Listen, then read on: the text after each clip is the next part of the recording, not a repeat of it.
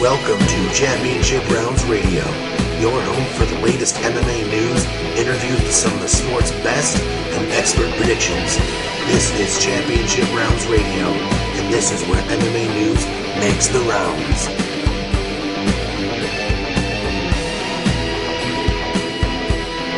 Hello, and welcome to this edition of CR Radio. I'm Dave Class here with Sam Class, and today we have a great episode for you. We're going to be reviewing Invicta 6. We're going to be previewing the next UFC event on Fox 8, and a whole lot more. We're going to be doing Fight of the Year awards halfway through the year, so make sure to stick around, listen to the whole thing. Before we start, make sure to follow us on Twitter at champion_rounds. You could give us questions you want to hear answered, topics you want to hear discussed, fights you want to hear us predict. Make sure you go to our website daily at championshiproundsmma.com and check out topratedmma.com for MMA apparel that is 100% American made. So, to start off, we will be talking about Penne versus Kolinick for Invicta 6. So, Penne pretty much manhandled Kolinick and won by rear naked choke at 4 minutes 57 seconds into round one. Pretty much what a lot of people were expecting. Some people thought that it wasn't going to be that one-sided due to Penne's loss against Waterson, but I think, like I wrote in the predictions, I believe Penne is going to be a star not too long from now. Oh, yeah, I completely agree. I think that if she did get a rematch with the now champion Michelle Waterson, I think she would win that fight, because I do believe she took Waterson a bit too lightly. And of course, once you lose that fight and once you get that wake-up call, you become a new fighter. And just like GSP, he didn't take Sarah seriously, and he lost. But I did see Penne winning the fight in the first round by submission. Kolinick, her submission defense has been her downfall for most of her career.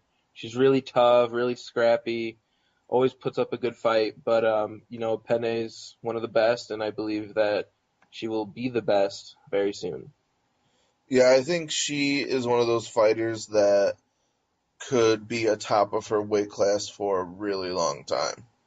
I think she's that good. Her stand-up isn't amazing, but her ground game is world-class elite. I mean, she manhandles people. She's really impressive. I think she's the real deal. And also on top of her her grappling, her reach and length really help her when it comes to staying away from good striking, and also arm bars and triangles and throwing up those long limbs of hers. Yeah, for sure. All right, so the next fight we're going to be talking about is Claudia Gadelha versus Ayak Hamasaki. And we pretty much, this fight was really, really good, but a lot of people believe that we saw a star born in Claudia. A lot of people were really impressed with her.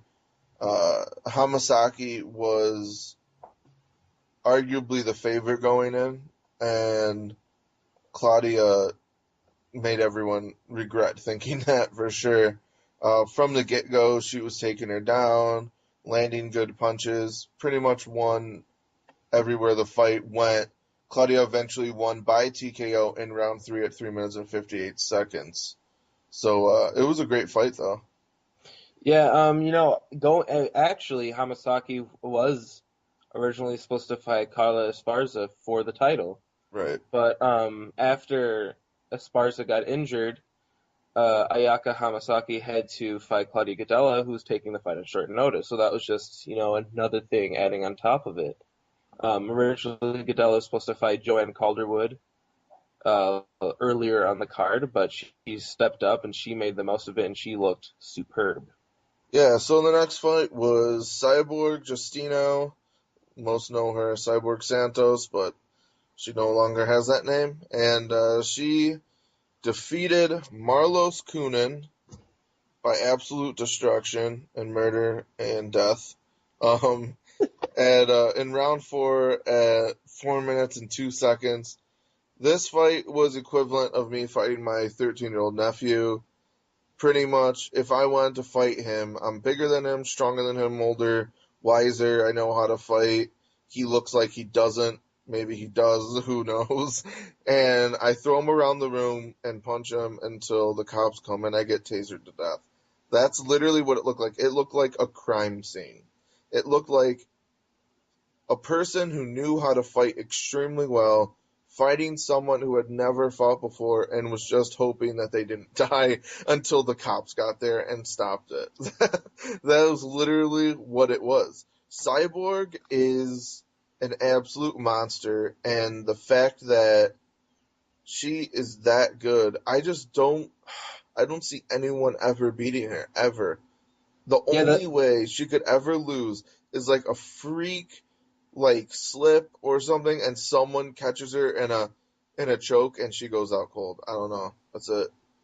the thing is though, is that people only think like when she was gone for a year, people just remembered her for her power and just the fact that she could knock people out. The people don't remember or give her credit for her technique. Her Right. technique is just flawless. She knows how to pick angles. She knows where to throw the punches when the person's defending. Like her striking is, I'd say, the best in women's MMA. Yeah, also Kunin is mostly a grappler, definitely. And she took Kunin down at will, throwing her around like a rag doll. She had like old school Matt Hughes takedowns, like just belly to belly suplexes left and right. I mean, it was ridiculous. And on the ground, she like easily handled Kunin's ground skills. She had no issue with it whatsoever. Nope. It was just amazing to me, to be honest. I was just incredibly, incredibly impressed. And literally, I think everyone who's ever paid attention to women's MMA wants her to drop down or Rousey to go up or whatever has to freaking happen and make that happen. That is something that maybe a year or two more of build up and then must happen. It will be the biggest fight easily ever for women's MMA. And if the women in mixed martial arts, if the UFC, if Invicta, if Rousey, if Cyborg want women's MMA to get to that peak, to that level, to mainstream where it is taken it just as seriously as men's MMA, that fight needs to happen. Hmm. It will draw more attention than any other fight for women's MMA. It will bring just an insane amount of media and legitimacy and everything, and it needs to happen. It just has to happen. And I'll tell you right now, I would pay $60 just to watch that fight on pay-per-view. I am that excited about it. I really want it to happen. And there's no end in sight for it. There's no light at the end of the tunnel yet. They're two different weight classes, two different promotions.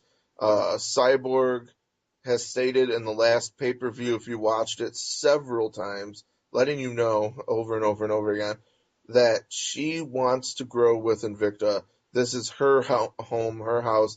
She wants to be the face of Invicta, which I believe is a great idea for both parties. However, that fight, like I said, maybe she stays with Invicta for 2 more years and builds up her name, killing people, and Rousey does the same in UFC, and then they make it happen. But it has to happen, and when it does, I will be extremely excited and happy about it. Yeah, that is like the Anderson Silva versus John Jones fight for women's MMA. Even though that fight doesn't really make sense right now, it doesn't matter. It has Right. that sort of aura around the idea of it, and it's the fight everyone wants to see. It's the fight every women's MMA fanboy wants to see. And it would definitely push it to that level, and that's something that women's MMA needs for its legitimacy. Absolutely. Yeah, for sure. And it would be arguably one of the best fights ever because both of them freaking just bulldoze their opponents. So anyway, and they're also very different fighters as well. Yeah. So anyway, moving on, we are previewing the upcoming UFC on Fox 8. That is happening this Saturday, July 27th. Obviously on Fox for free. The prelims, there's a couple fights on Facebook, and then there is 6 fights on FX starting at 5 o'clock. Facebook starts at 4. And the main card on Fox has 4 fights, and it starts at 8. It's in Seattle, Washington at the Key Arena. Really good card. Going to be a lot of finishes. At least I think there could be a lot actually. Um, but we're gonna talk about 3, the last 3 on the whole card. So we'll start off with Robbie Lawler versus Bobby Volker. This fight definitely could be fight of the night. Oh, easily, for sure.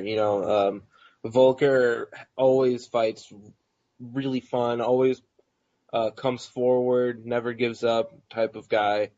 And Lawler is the exact same thing. He always goes in for the slugfest, which is why he's such a fan favorite. Yeah, and the way I see this going down is Volker doing his usual, like you said, coming forward, swinging for the fences. But the difference is this: Volker is sloppy and doesn't necessarily have like severe knockout power. But Robbie Lawler he does swing wide, but he's way more technical and he has enough power to like knock out heavyweights. Um, I think this is going to be another great fight for Robbie Lawler. I think this is going to help him continue to move up. It's not going to move him up as much as the Koscheck win did, but it's going to be a great highlight reel, addition to this highlight reel because this is good. I just see a brutal knockout going down. It's going to be awesome. So the next fight, which personally, uh, as I wrote in my predictions, and that will be posted tonight, uh, this was one of the hardest fights for me that I've predicted in some time. Jake Ellenberger taking on Rory McDonald. And I just really struggled with this one. They are very different fighters, yet similar in some ways. There's a lot of heat between these two, which brings a lot of, you know, interest and excitement into it. But this fight, I just really struggled because I think Ellenberger has faced the better competition. However, he hasn't manhandled them as easy as Rory has his opponents. So it's just hard to I don't know. They're so equal when it comes to like what they've accomplished and everything, but man, it's gonna be a war. It's gonna be exciting. These guys are gonna hold nothing back. They never do. I think personally, the biggest advantage anyone has in this fight is Rory's cardio. Jake really struggles with cardio sometimes. The later the fight goes, the more he has issues with it, and Rory has never been tired in his life. So I think that's the main advantage anyone has. Hmm. Yeah, I do see what you mean by how it's going to be really tough. It's a really tough prediction, but I feel that Roy McDonald is just way more technical. He picks his shots. He makes sure that he's not in danger when he puts his opponent in danger. I also think that he has the better ground and pound. I think Ellenberger might be the better wrestler, but I feel that when they're on top, Roy McDonald is better at controlling and also better at landing uh, the better, more decisive shots. And I said something similar when Ellenberger fought Marquardt. You know, I said Marquardt's the more technical fighter, and he might out technique Ellenberger. But um, Ellenberger. was able to land that power on Marquardt, and Marquardt has had that somewhat suspect chin for most of his career. Showed it in the Tarek Safadine fight when he was dropped by a jab, Mm-hmm. And, I think Roy McDonald is just going to be too technical, and I think that's what's going to get him the win. No, I completely agree with that. I definitely think he's a more technical fighter. I think one of the other things that really puts him up too is the difference in training camps. Like, I'm not really sure. I don't know a whole lot about Jake Ellenberger's training camp, but everyone knows about Rory's. I mean, we're talking about TriStar. It's one of the top gyms in the world, and um, I just think that I don't know. I just think that having the better camp is so big, and I feel like not many people add that into the equation when they predict fights or talk about fights. Like, rarely ever do you read other experts talk about, well, I think the advantage goes to this guy because he trains at Jackson's or Couture's or whatever. I mean, that is like saying, oh, these two football teams are like, this guy has a brand new coach who's never done anything. This guy has Bill Belichick. I hate Belichick, but whatever. He's a champion, and you don't count that into the equation. Like how? How do you not count that into the equation? That doesn't make sense to me. Yeah. And I feel like you and me do it obviously. So maybe that's why we're the best. I don't know, but I don't know. It's just weird to me that not everyone else takes that into account and whatnot. But okay, so we're moving on. Soon we will have rapid fire news, but for right now, we are going to ask you to go on Twitter and follow us at champion_rounds. Give us questions, topics, fights you want to hear us predict. Make sure to go to our website, at championshiprounds.com. Rapid fire. Today, in rapid fire news, UFC 166 begins to take shape as KJ Noons will be taking on George Sotiropoulos in what will most likely be a loser goes home lightweight scrap. Daniel Cormier will be taking on the re-signed Roy Nelson in the co-main event of the same event. And also, Luke Rockhold will be returning to the cage after his first-round knockout loss against Tim Boesch. And also, Sean Jordan will be taking on Gabriel Gonzaga in a heavyweight tilt. Bellator 101 will be featuring a lightweight tournament on its main card. The 4 fights will be Marcus Davis versus Alexander Tiger Sarnowski, John Alessio versus Will Brooks, Syed Awad versus Martin Stapleton, and Rich Clemente versus Rob Sinclair. Following a Paulo Thiago injury, Brian Melanson will be filling in against Kelvin Gastelum at UFC Fight Night 27. And UFC 165 adds a very interesting lightweight bout that I am personally very excited for in John McDessie versus Hene Forts. Awesome. All right, thank you very much for that. So, we are going to be moving on to Fight of the Year awards halfway through. I mean, it's a little more than halfway, but give us a break. Yeah, so last time we did the quarterly awards, we did Fighter of the Year, Event of the Year, and Upset of the Year. We didn't really want to repeat it since it's only, 4 months later, 3 months later. So what we're doing instead is we are doing different categories. So we're doing fight, knockout, and submission, which are, kind of the more fun ones, you could say. So, anyway, first off, Sam, why don't you start us off with let's do sub. All right. Well, my submission is one that I personally think is one of the best submissions I have ever seen. It is Rose Namajunas' first round 12-second flying armbar submission over Katina Catron. This was just crazy. I mean, it's 12 seconds, and she gets a flying armbar win. Rose is very aggressive. Her boyfriend's Pat Barry, so it's going to be in her nature to be aggressive. And she came forward throwing crazy, wild haymakers, and Catrone clinched up, and Rose just flipped up, did a just beautiful technique for the flying armbar, got the tap instantly, and it was just absolutely nuts. Yeah, I remember watching that live and just going, no way did that just happen. Like, there's no way that just happened. And, yeah, I mean, her last fight, she did take a loss and everything, but man, was it exciting though. Crazy exciting. She's an exciting fighter to watch for sure. Absolutely. All right, so I'm gonna go with my submission now.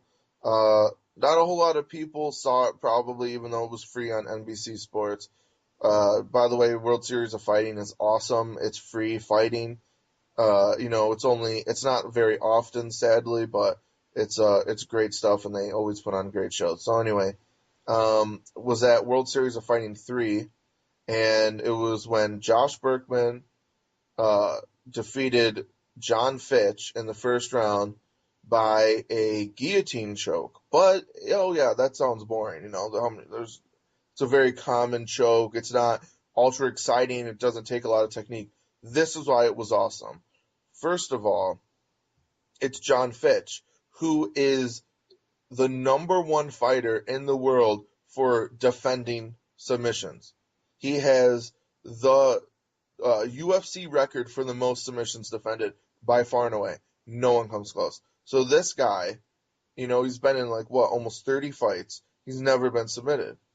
So you're thinking Josh Berkman, yeah, he's having an upswing in his career. He's been doing well lately, but he's not going to do something that Damian Maia and BJ Penn and all these other people couldn't do, right?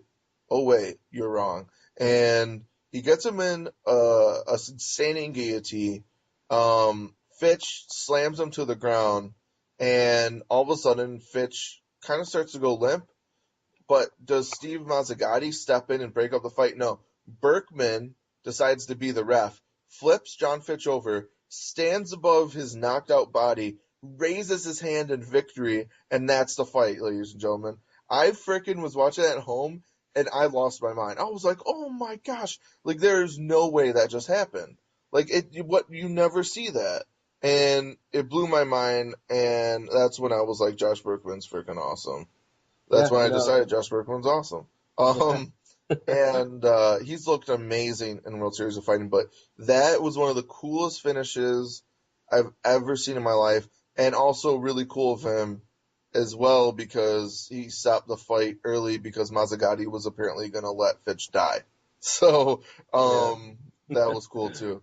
All right, so Sam, give us your pick for knockout of the halfway point. This one is another one that I personally think is a decently easy pick just based on flashiness. Vitor Belfort's spinning heel kick knockout of Luke Rockhold. Now you could say, what about Junior Dos Santos' spinning heel kick over Mark Hunt? Well, that one was not as flashy. It was his Achilles basically hit Mark Hunt, and it was just a little bit more sloppy in the way that all went down. Definitely. Vitor Belfort was picture perfect technique. He turned around, he looked at his target before he finished it, landed foot to chin, knocked Rockhold down. He wasn't completely out yet, so Belfort threw his usual lightning fast 10 punches flurry, and they all landed perfectly on the chin. Yep. His speed and accuracy is just incredible. It's what really sets him above a lot of his opponents. It's everyone very else. Similar. Yeah. No one in the world has the ferocity, strength, and speed of ground and pound, and just when the way he turns it on when his opponent's wounded like that, and he's half unconscious. No one pounces on people like Vitor Belfort. It is terrifying. I When I watch Vitor Belfort fight, the number one thing I think about is, thank God I am not his opponent. And I Yeah. am dead serious. The way he fights is just terrifying. But anyway, that was a really good pick. I agree with you. The technique was insane. Dos Santos's was more, I'll just throw it in his general direction. Yeah. Whereas Vitor aimed it precisely and hit it right on the bullseye. Okay, so my pick, not only was it a really brutal and good knockout, however, it was the best fighter to ever live in any combat sport in history, being brutalized standing and then on the ground by a wrestler named Chris Weidman. Chris Weidman defeating Silva by a knockout at UFC 162. Freaking amazing. So I have seen every pay-per-view ever, and since I've moved to Buffalo, I've watched a lot at Buffalo Wild Wings. I like the group atmosphere a lot more, instead of just being at home. I like to see how people react and everything like that. Plus, I don't have to listen to Joe Rogan and Mike Goldberg really, really loud in my ears. So anyway, I I've I've gone to some pretty cool events. I went to John Jones versus Rashad Evans, both Western New Yorkers, major rivalry. Everyone around here, you either love one and hate the other. That's it. And Rashad is one of the only famous people, athletes, anyone that come out of Niagara Falls. And I went and watched that at the Buffalo Wild Wings in Niagara Falls just for that reason. I usually don't go to Niagara Falls. I usually go to one on the opposite side of where I live. But instead, I went there on purpose to see this. The whole place was packed at 8 o'clock, standing room only. And literally packed to the brim. They had TVs outside, and people were packed outside, standing in the parking lot, just to try and get a glimpse of what was going on in this fight. It was a wild how many people were there. And people didn't react as crazy as they did for this fight with Weidman knocking out Silva. People were running down the aisles, screaming. There was cups being thrown, silverware being thrown, people jumping on top of tables, yelling, freaking out. It was more like, it wasn't happiness or anger. It was just like, how is this happening? Is the world coming to an end? Like, what is going on? And it was just amazing. So for me, that was like one of the coolest experiences that I've had, because it was one of those things where people just love MMA so much they don't care if they look like a dork celebrating it. You know, like Yeah. a lot of people are like, too cool, man. I'm not going to act like I care about anything. And with here, people, there was like these big, huge dudes, like, that look like they might be like, oh, I'm so cool, literally screaming like little girls. And it's just like, man, see, this is why I love MMA. So yeah, so I thought that was the best. Um, so I'm going to go with, I'll start with fight. I'm picking Leslie Smith, who defeated Jennifer Maia by unanimous decision at Invicta 6, which just happened on the 13th of July. I love Leslie Smith. She has never put on a boring fight. In fact, she has never. Let's just say this. I don't know how Dana White has seen one of her fights. I don't think he ever has. Because if he had, she would be in the UFC like a year ago, because she fights the way he loves people to fight, which is swing in a windmill with your arms and just come forward until you die or your opponent's dead. One of the two. And that's literally what she does. She literally comes in and never stops moving forward, never stops with striking offense, ever. Never stops. And it's just so much fun to watch. Literally, the whole time you watch a Leslie Smith fight, you go, oh, oh, oh. That's the whole fight for 15 minutes. And it's just amazing. So that was my pick. Yeah, how can you not love Leslie Smith? It all Exactly. started with Invicta 1 with her first fight with Caitlin Young that went to Yep, a draw. It was fight of the year worthy stuff. exactly. But personally, I think that it was a fantastic pick based on the fact that Leslie Smith fought. But my pick personally is Cub Swanson defeating Dennis Siver by KO in round 3, 2 minutes and 24 seconds in. This fight was pretty awesome. The first round was a bit slow. Swanson threw a bit of a sloppy spinning kick, and Siver caught it and took him down, and the majority of the round was Siver just kind of smothering and ground and pounding Swanson. But once the round ended, Swanson turned it up a notch in the second round. He started just going off. He was throwing solid kicks, getting in and out, wasn't getting hit himself.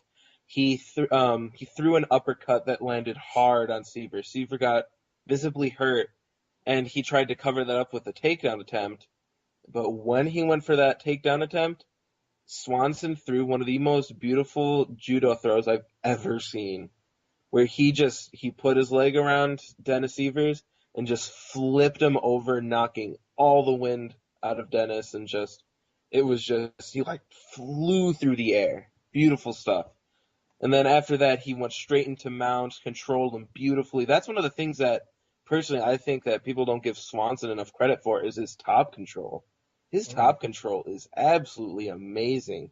He really knows how to ride with guys and how to just keep the top control and just keeping the mount, keeping the back mount, keeping guard, and not letting his opponent get where they want to go. And it definitely was emphasized in this fight in the second round. And then in the third round, he just started landing right after right after right after right on Siver's face, which eventually finally knocked Siver down. And he started landing like 1,000 punches, and for some reason Herb Dean like never stopped the fight. Yeah, it was a really late stoppage.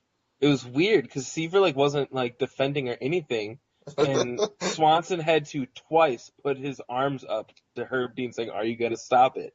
Twice. Right. And eventually Swanson just walks away and Herb Dean stops the fight. It was just the stoppage was ridiculous, but the fight was even more ridiculous. Yeah, it's just crazy to think that Cub Swanson is the same guy who got choked out in 1 minute by Jens Pulver and got double flying knee to the face and knocked out in 8 seconds by Aldo.